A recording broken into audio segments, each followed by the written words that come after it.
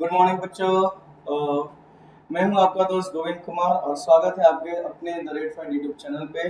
और आज के इस सेकंड वीडियो में सत्ता की साझेदारी में हम आगे पढ़ेंगे कि सत्ता की साझेदारी क्यों जरूरी है और एक सत्ता की साझेदारी कितने प्रकार की होती है, और एक हम विक्रम और बेताल की कहानी को भी समझेंगे। प्रीवियस क्लास की अगर हम बात करें तो प्रीवियस क्लास में हमने श्रीलंका और बेल्जियम के दो स्टोरी के बारे में पढ़ा था, जहां पर एक देश में सत्ता की साझेदारी हो रहा था और दूसरे देश में नहीं हो रहा था। अगर बेल्जियम की बात करें तो यहाँ पे डच और फ्रेंच बोलने वाले के बीच में आपसी तनाव बढ़ गया, हिंसा बढ़ गया, जिसके कारण वहाँ की सरकार, गवर्नमेंट और आम जनता ने मिलकर सत्ता की साझेदारी की और वहाँ पे लोग खुशी खुशी आराम से जीवन यापन करने लगे। लेकिन अगर हम बात करें श्रीलंका का, तो श्रीलंका में सत्ता की साझेदारी नहीं हो रहा था। वहाँ पे एक सिन्हाल और तमिल बोलने वाले इनके बीच में तनाव चल रहा था, जिसको लेकर वहाँ पे अक्सर गृह युद्ध देखने को मिला। तो बिना समय गवाए हम स्टार्ट करते हैं। तो आज का हमारा मेन डिस्कशन पॉइंट है सत्ता की साझेदारी क्यों जरूरी है और ये होती क्यों है। पहली चीज है, इस प्रकार अगर हम सत्ता की साझेदारी क्यों जरूरी है तो सत्ता के बंटवारे के पक्ष में दो तरह के तर्क दिए जा सकते हैं। पहला तर्क ये है कि सत्ता का बंटवारा ठीक है क्योंकि इससे विभिन्न सामाजिक समूहों के बीच टकराव का हमेशा कम हो जाता है। जैसे हम बेल्जियम देश की बात करें तो वहाँ पर टकराव बहुत ही कम हो जाता है, और चूंकि सामाजिक टकराव आगे बढ़कर एक अक्सर हिंसात्मक हो जाता है और गृह युद्ध जैसे कंडीशन देखने को मिल जाते हैं। राजनीतिक अस्थिरता का रूप ले लेता है और यहाँ पे पॉलिटिकल अनस्टेबिलिटी हो जाती है। इसलिए सत्ता में हिस्सा दे देना, मतलब उनको भी पार्ट दे देना, गवर्नमेंट के भी वो भी हिस्सा बने, ये राजनीतिक व्यवस्था के लिए, स्थायित्व के लिए बहुत ही अच्छा है। क्योंकि बहुसंख्यक समुदाय की इच्छा को बाकी सभी पर थोपना तत्कालिक तौर पर ये अच्छा लग तो सकता है, लाभकारी लग सकता है, लेकिन आगे चलकर ये देश की अखंडता और प्रभुता को ये अनबैलेंस करता है। क्योंकि अगर हम बात करें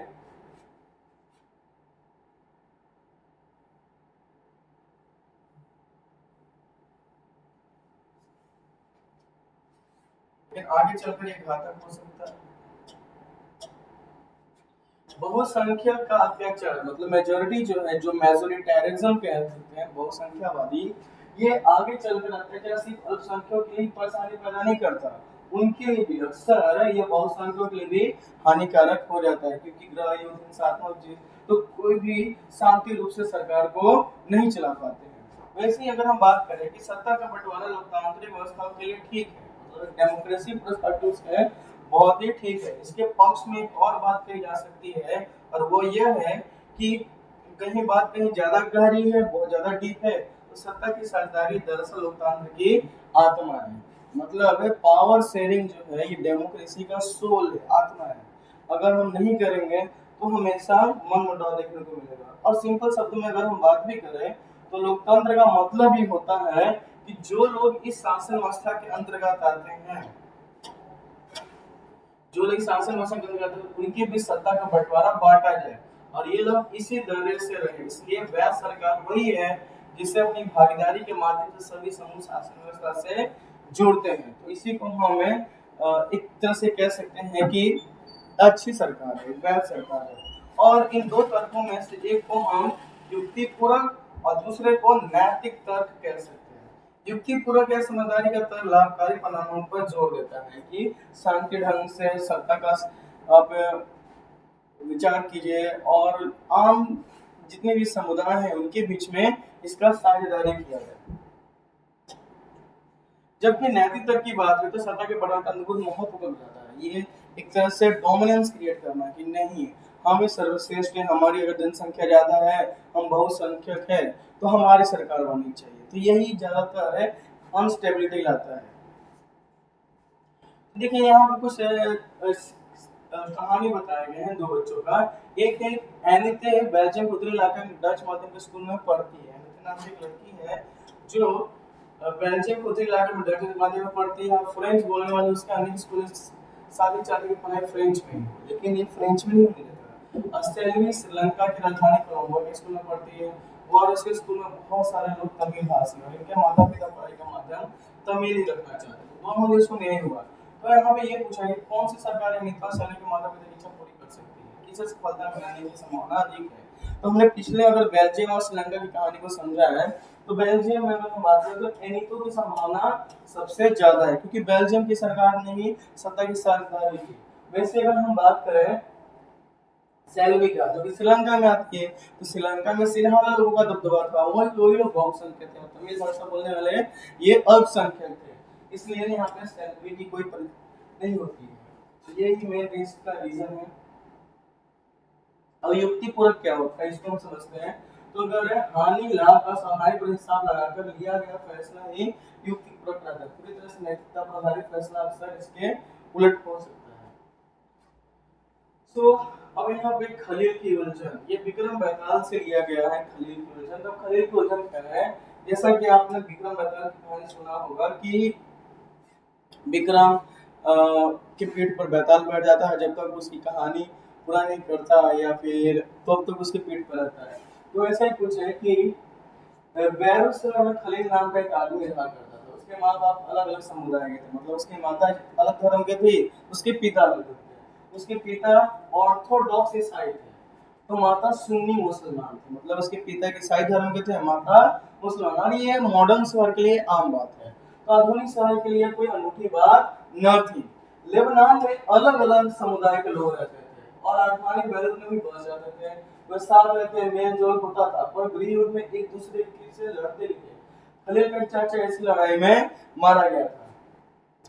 खलील नाम का जो व्यक्ति था, उसके जो चाचा थे ऐसी लड़ाई में मारा गया था। तो गृह युद्ध की समाप्ति के बाद लेबनान के सारे नेता, मतलब जितने भी लीडर्स होते हैं, वो साथ मिलकर बैठते हैं और विभिन्न समुदायों के बीच सत्ता के बंटवारे के कुछ बुनियादी नियमों पर सहमत होते हैं कि इनमें सत्ता की बंटवारा होनी चाहिए। तो इन नियमों के अनुसार ये बात तय हुआ था कि देश का राष्ट्रपति मैरोनॉल्ड पंथ का कोई कैथोलिक होना चाहिए, सिर्फ सुन्नी मुसलमान प्रधानमंत्री हो सकता है। और उप प्रधानमंत्री की बात करें तो ये ऑर्थोडॉक्स ईसाई और संसद के अध्यक्ष का पद शिया मुसलमान के तय हुआ। मतलब यहाँ पे हर पोस्ट के लिए अलग अलग धर्मों के अनुसार बांट दिया गया। आगे समझते हैं, आगे से ईसाई फ्रांस से सुरक्षा की मांग नहीं करेंगे, मतलब ये इस बात पर नहीं लड़ेंगे कि किस धर्म वाले को क्या अधिकार मिलना चाहिए। और मुसलमान भी पड़ोसी सीरिया के साथ एकीकरण की मांग छोड़ने पर सहमत हुए। जब ईसाई और मुसलमानों के बीच यह समझौता हुआ, तब दोनों ही आबादी लगभग बराबर थी, उनकी पॉपुलेशन बराबर थी। मुसलमान स्पष्ट रूप से बहुमत में आ गए और दोनों पक्ष अभी भी समझौते का आदर करते हुए उसे मान रहे हैं।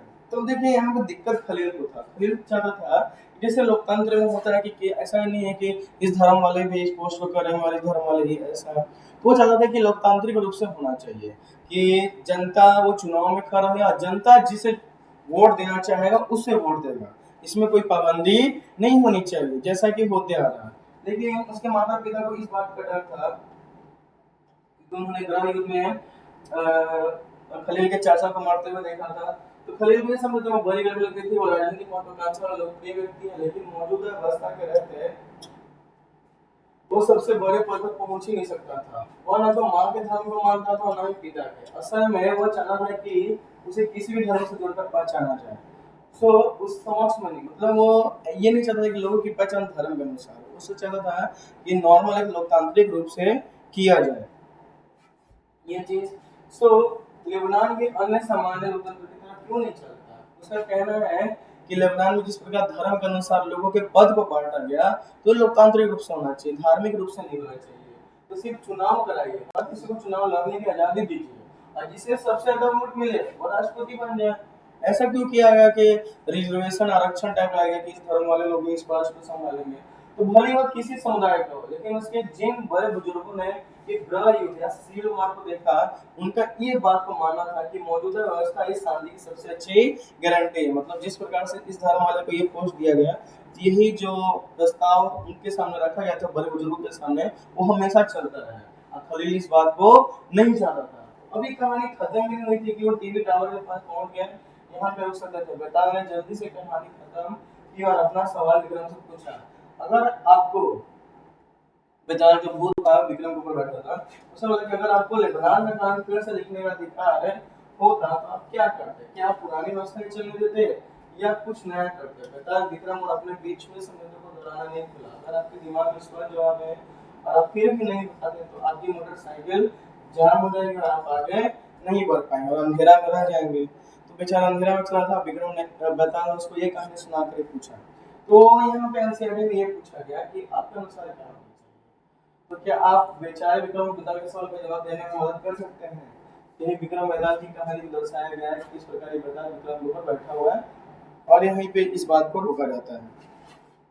तो एक बार आप कमेंट बॉक्स में बता सकते हैं कि क्या वो लोकतांत्रिक रूप से होना चाहिए या फिर जो सदियों से चले आ रहा है वैसा ही।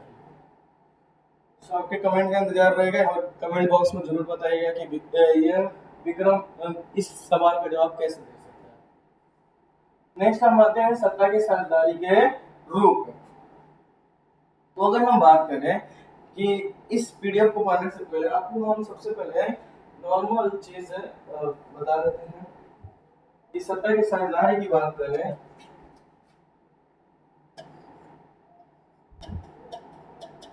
सत्ता की साझेदारी, इस सत्ता की साझेदारी आपके बेसिकली हम दो रूप से देख सकते हैं। एक होता है आपका हॉरिजॉन्टल पावर शेयरिंग जिसको हम स्थिर सत्ता साझेदारी भी कह सकते हैं, जहाँ पे यहाँ पे विधायिका होता है,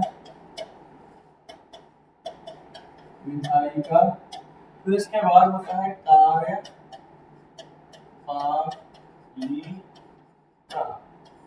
और एक और होता है यहाँ पे विधायिका, कार्यपालिका और एक होता है जुडिशरी बॉडी जिसको हम कहते हैं न्यायपालिका।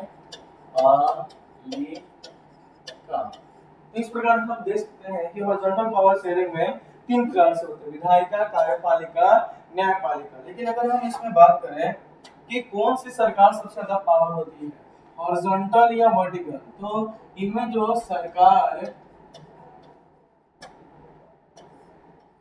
सरकार की जो ताकत होती है ना, सभी के लिए समान होती है, सब समान है ना, समान है, ठीक है, मतलब ये इक्वल है, इसमें कोई पावरफुल नहीं है। लेकिन अगर इनके काम करने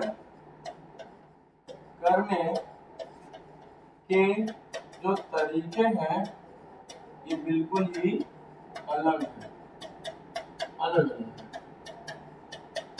विधायिका की बात करें तो हमारे देश में विधायिका जनरली ऐसी बॉडी है जो नियम कानून को बनाने का काम करता है। ये जो विधायिका है ये आपके नियम बनाने का काम करते हैं,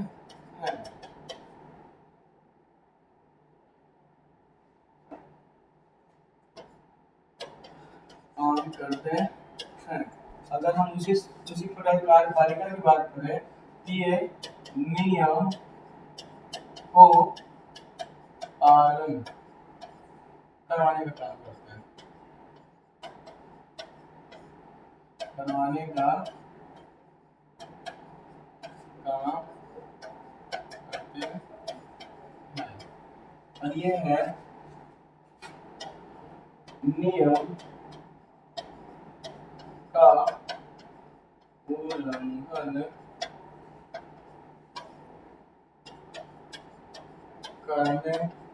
पर दंड देते हैं। तो सबसे पहले हम बात करें विधायिका। हमारे देश में जो विधायिका है जो नियम कानून बनाने का काम करती है ये होती है संसद, जिसे इंग्लिश में हम कहते हैं पार्लियामेंट। तो ये संसद को है या बाई कैमरल कहा जाता है, मतलब द्विपक्षीय विधायिका है। द्विपक्षीय मतलब इसमें दो पक्ष होते हैं, एक है आपका राज्यसभा और एक होते हैं लोकसभा।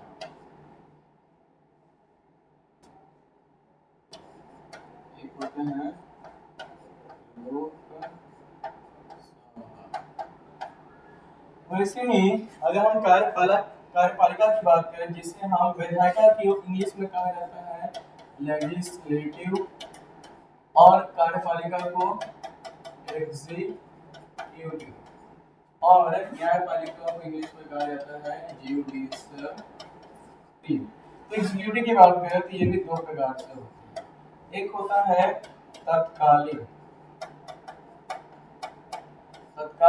और एक होते हैं आपके परमानेंट। परमानेंट मतलब जो आपके स्थिर होते हैं, ठीक है, ये बदलते हैं। एक तत्कालीन होता है, एक स्थिर। तत्कालीन की बात करें तो हमारे जितने भी राजनैतिक या हम सिंपली हम कह सकते हैं जितने भी आपके नेता हैं, जितने भी पॉलिटिशियंस है वो तत्कालीन आ जाएंगे। और स्थिरता की बात करें तो ये स्थिर में आपके आ जाएंगे आपके सिविल सर्वेंट्स, मतलब आईएएस, आईपीएस, आईआरएस, आईएफएस, ये सब चीजें। तो नेता में हमारे सब चीज आ जाएंगे, प्रधानमंत्री, प्रेसिडेंट, सीएम, गवर्नर, ये सब चीज आ जाएंगे,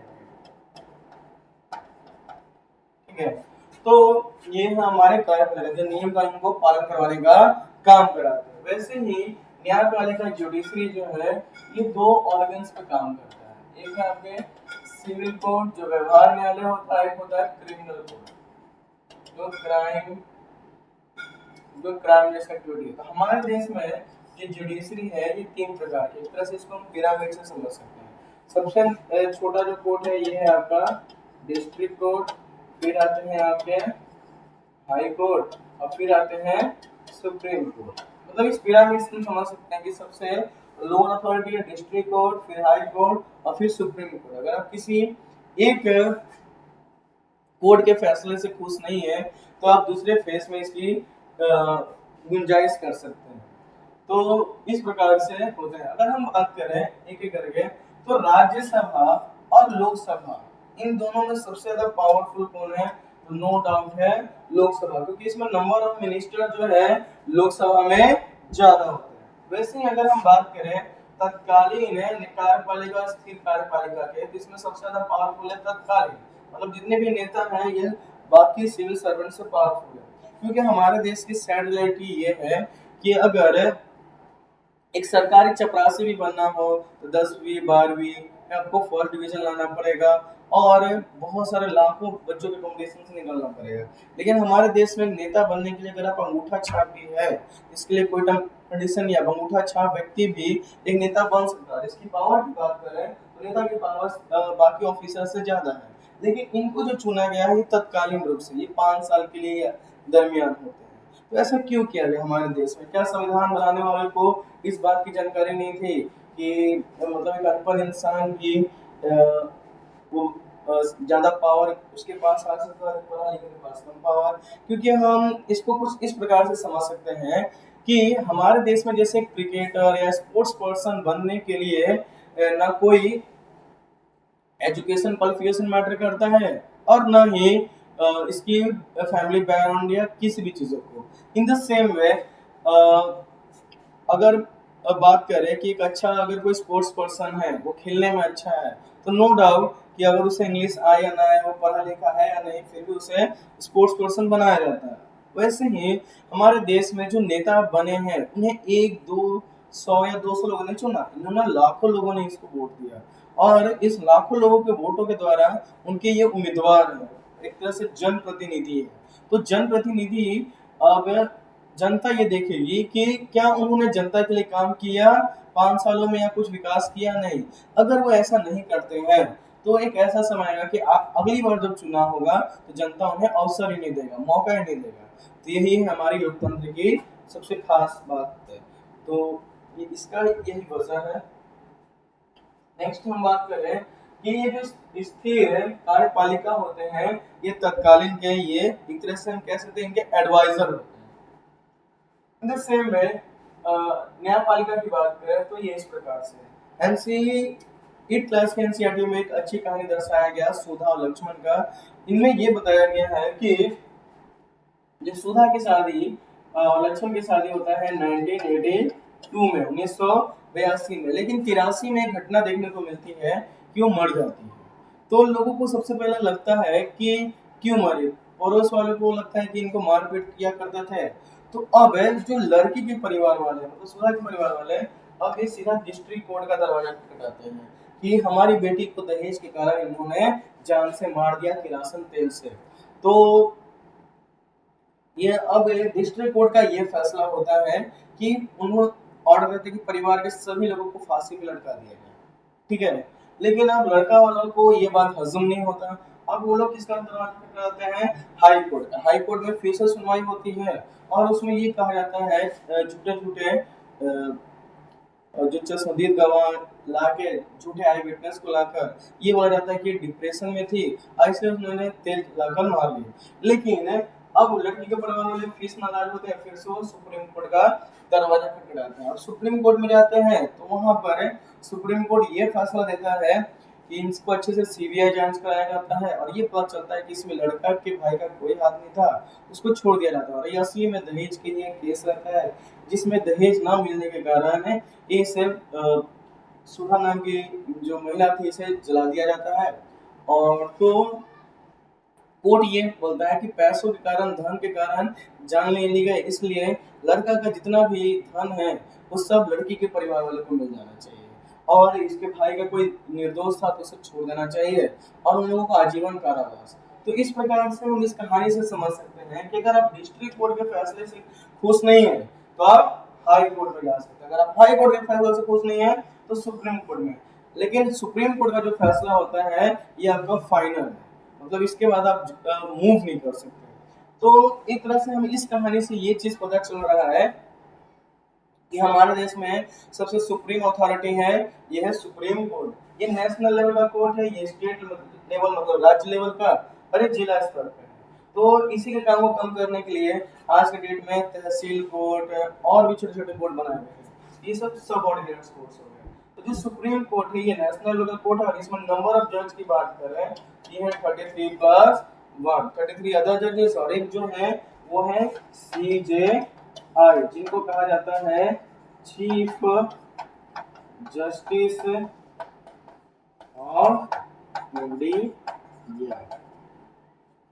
तो हमारे देश के भूतपूर्व CJI जो DY चंद्रचूड़ है उन्होंने एक बात बोला था कि संविधान जो है उन लोगों पे भी काम करता है ना जो संविधान में विश्वास नहीं रखते हैं या संविधान को कभी पढ़े नहीं या संविधान के बारे में जानते नहीं है। तो ये तीनों चीज था विधायिका, कार्यपालिका, न्यायपालिका के बारे में। और फिर हम आगे अपने वापस NCERT की बुक पे आते हैं। इस तीनों टॉपिक से कुछ भी डाउट होगा तो आप एक बार बता सकते हैं। तो सबसे पहले सरकार के साझेदारी के मतलब फॉर्म ऑफ पावर शेयरिंग। तो सबसे पहले हम बात करें तो राजनीतिक सत्ता का बंटवारा नहीं किया जा सकता, इसी ध्यान में विरोध सत्ता की साझेदारी का विचार सामने आया था। लंबे समय से यही मान्यता चली आ रही थी कि सरकार की सारी शक्तियां एक व्यक्ति या किसी खास स्थान पर रहने वाले व्यक्ति के समूह के हाथ में रहनी चाहिए। अगर फैसले लेने की शक्ति बिखर गई तो तुरंत फैसले लेना करना संभव नहीं होगा। लेकिन लोकतंत्र का एक बुनियादी सिद्धांत है कि जनता ही सारी राजनीतिक शक्ति का स्रोत है। मतलब अमेरिका के एक प्रेसिडेंट थे अब्राहम लिंकन, उन्होंने कहा था कि जो लोकतंत्र है ये जनता से है, जनता के लिए है और जनता पर ही निर्भर है। मतलब अगर हम डेमोक्रेटिक को भी बात करें, डेमोक्रेटिक ये जो शब्द है डेमो का मतलब ही होता है जनता या पीपल, ठीक ना। क्रेटिक मतलब एक तरह से हम कह सकते हैं रूल। तो एक तरह से डेमोक्रेसी जिसे हिंदी में लोकतंत्र कहते हैं ये जनता का ही सरकार है, मतलब रूल। इसको हम सिंपली बात करें तो ये है आपका रूल ऑफ पीपल, ठीक है।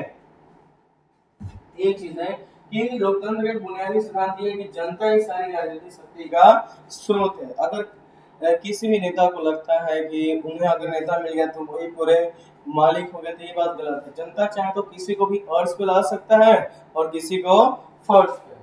तो इसमें लोग स्व शासन की संस्थाओं के माध्यम से अपना शासन चलाते हैं। एक अच्छे लोकतांत्रिक शासन में समाज के विभिन्न समूह और उनके विचारों पर उचित सम्मान दिया जाता है। सार्वजनिक नीतियां तय करने में सबको बातें शामिल होती है। इसलिए उसी लोकतंत्र शासन को अच्छा माना जाता है जिसमें ज्यादा से ज्यादा नागरिकों को राजनीतिक सत्ता में हिस्सेदारी बनाया जाए, मतलब सभी को, हर किसी को अधिकार दिया जाए कि आप भी पार्ट में रहें। आधुनिक लोकतांत्रिक व्यवस्थाओं में सत्ता की साझेदारी के अनेक रूप हो सकते हैं। आइए हम कुछ प्रचलित उदाहरणों पर गौर करें।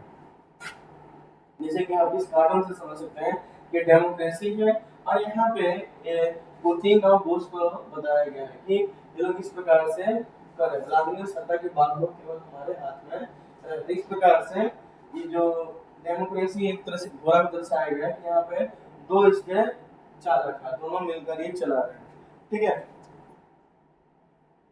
सो ऑलिवर जॉनसन के द्वारा बनाया गया था स्वीडन केगल कार्टून्स, और 25 फरवरी 2005 को ही बनाया गया था। अब हम बात करेंगे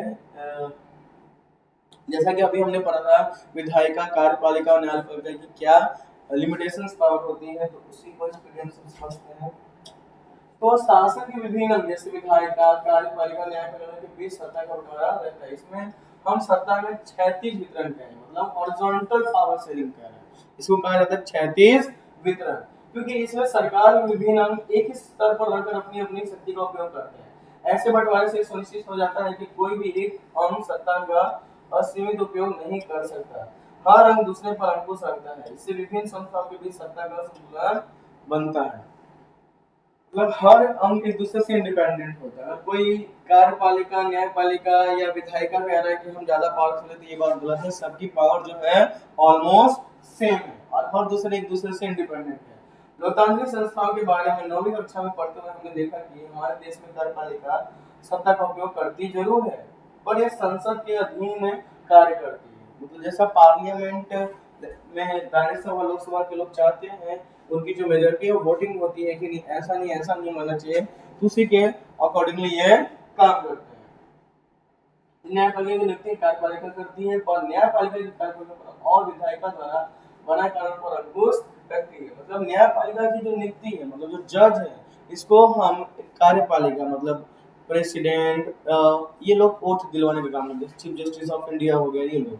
लेकिन विधायिका द्वारा बनाए गए कानून पर अंकुश रखती है, मतलब विधायिका ने जो कानून बनाया, मतलब लेजिस्लेटिव बॉडी ने जो कानून बनाया, संसद ने जो कानून बनाया, उन बातों पर ये अंडर ये जजमेंट देने का काम करते हैं। इस व्यवस्था को नियंत्रण और संतुलन की व्यवस्था भी कहते हैं, मतलब बैलेंस फॉर्म ऑफ गवर्नमेंट हम कह सकते हैं। यहाँ पे एकदम संतुलित रूप से निर्णय लिया जाता है।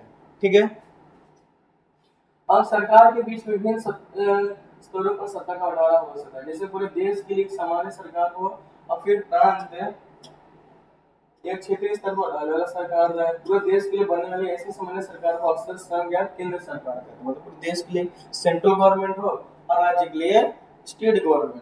तो प्रांतीय या क्षेत्रीय स्तर की सरकारों को हर जगह अलग अलग नामों से बुलाया जाता है। राज्य में इन्हें राज्य सरकार कहते हैं। हर देश में बंटवारा ऐसा नहीं है, कई देशों में प्रांतीय क्षेत्रीय सरकार नहीं है। मतलब अगर हम बात करें तो बहुत देशों में या तो सिर्फ दो प्रकार के हो सकते हैं, या तो एक उस देश में राष्ट्रपति ही पूरे देश का कर्ता धर्ता होते हैं, और वही एक तरह से हम यूनिटरी गवर्नमेंट कह सकते हैं। लेकिन हमारे देश में क्या है ना कि ये पार्लियामेंट्री फॉर्म ऑफ गवर्नमेंट है, मतलब एक लोकतांत्रिक रूप की सरकार है, जहां पर आपके जो देश का जो हेड होते हैं ये होते हैं प्राइम मिनिस्टर, लेकिन जो राज्य का होते हैं ये हेड, ये होते हैं प्रेसिडेंट। प्रेसिडेंट मतलब असली पावर की बात करें तो असली पावर आता है प्राइम मिनिस्टर का, और प्रेसिडेंट के पास है नॉमिनल पावर। दोनों में अगर पावरफुल कौन है, इस बात को अगर हम समझें, ज्यादा पावरफुल है प्राइम मिनिस्टर। ठीक है, क्योंकि ये most of the majority of vote लाकर इनकी सरकार बनती है। ठीक है, और एक तरह से इनके पास भी ऐसा नहीं कि राष्ट्रपति के पास पावर होता है, इनके पास भी होता है, क्योंकि राष्ट्रपति जो होता है ये आपके तीनों सेनाओं का सुप्रीम कमांडर होता है, हेड होता है, और इमरजेंसी लागू भी करना इन्हीं के अंतर्गत आता है। लेकिन ये बाकी council of minister, prime minister, इन सबसे एडवाइस लेकर करते हैं। तो ये सब चीजें, और इवन अगर हम बात करें प्रेसिडेंट चाहे तो किसी को अगर फांसी की सजा मिली हो तो उस सजा को भी माफ करने का इनके पास अधिकार होता है, बिना किसी को जवाब दिए। लेकिन हमारे तो जिन देशों में ऐसी व्यवस्था है वहां के संविधान में इस बात का स्पष्ट उल्लेख है कि केंद्र और राज्य सरकारों के बीच सत्ता का बंटवारा किस तरह होगा। जैसे बेल्जियम की बात करें तो बेल्जियम में तो यह काम हुआ पर श्रीलंका में नहीं हुआ। मतलब बेल्जियम में लोगों ने सत्ता का बंटवारा किया, वहां पे सत्ता का बंटवारा किए तो गृह युद्ध देखने को नहीं मिला, लोग शांति से रहे और हर किसी को अधिकार मिला कि वो भी सरकार का हिस्सा बन सके। लेकिन श्रीलंका में नहीं हुआ। राज्य सरकारों से नीचे के स्तर की सरकार के लिए भी ऐसी ही व्यवस्था हो सकती है, जैसे नगर पालिका। मोस्ट ऑफ द कंट्री में बात करें तो जो पार्लियामेंट्री फॉर्म ऑफ गवर्नमेंट होता है इसमें सिर्फ राज्य सरकार या केंद्र सरकार होते हैं। लेकिन हमारे देश में आपके तीन प्रकार के हैं। एक तो है आपका पंचायत, फिर इससे ऊपर है आपका पंचायत के बाद इसके ऊपर वाला जो गवर्नमेंट है ये आपका स्टेट गवर्नमेंट, और फिर उसके बाद है आपका सेंटर, मतलब एक केंद्र सरकार है सबसे ऊपर, फिर इसके बाद है राज्य सरकार और फिर इसके बाद पंचायती राज सिस्टम। तो सबसे पहले अगर हम बात करें तो पंचायती राज सिस्टम है ये आपके राजस्थान में लगा था 1973 के पास। और अब बोलेंगे कि सर इनकी भारत में क्यों लगा, क्योंकि इंडिया में ना बहुत ज्यादा विविधता डाइवर्सिटी देखने को मिलती है। अलग अलग वेशभूषा के लोग, अलग अलग धर्म, अलग अलग भाषा बोलने वाले लोग हैं और लोगों की खान पान हर चीज अलग है। तो हर लोकल लेवल की क्या दिक्कत है इसी को हम इससे समझ सकते हैं, क्योंकि लोकल पर्सन उनकी समस्याओं को समझ सकता है। लोकल भाषा उन्हीं को आता है, क्योंकि किसी भी इंसान के लिए ना सभी भाषाओं का आना ये जरूरी नहीं है। और ये एक तरह से इम्पॉसिबल टास्क है, क्योंकि दुनिया में इतने तरह के लैंग्वेज है और सभी लैंग्वेज को बोल नहीं पाएंगे। तो ये चीजें के लिए सॉल्व करने के लिए पंचायती राज सिस्टम बनाया गया और हमारे संविधान के अनुच्छेद नंबर 40 में इसकी चर्चा की गई है। तो अगर हम बात करें उच्चतर और निम्नतर स्तर की सरकारों के बीच सत्ता के ऐसे बंटवारे को ऊर्ध्वाधर वितरण मतलब वर्टिकल पावर शेयरिंग कहा जाता है, जहां पर यहाँ पे जो सरकार की जो पावर है यहाँ पे कोई कम पावरफुल है फिर उससे ज्यादा फिर उससे ज्यादा, लेकिन कोई सरकार किसी के काम में हस्तक्षेप नहीं कर रहा है। सो हम अगले अध्याय में इस पर विस्तार से चर्चा करेंगे। तो आज के लिए इतना ही वीडियो, बाकी हमें नेक्स्ट क्लास में इसको और अच्छे से समझेंगे। आपको इस वीडियो में जो भी डाउट रहेगा एक बार कमेंट बॉक्स में मेंशन कर दीजिए, या फिर और कुछ क्यूरियोसिटी होगा आपको सरकार की किसकी पावर क्या है इसको जानने के लिए आप कमेंट कर सकते हैं। तो ऐसी इन्फॉर्मेटिव वीडियो के लिए हमारे चैनल द रेड फैक्ट के साथ जुड़े रहें। आई होप आपको ये वीडियो इन्फॉर्मेटिव लगा होगा। जय हिंद।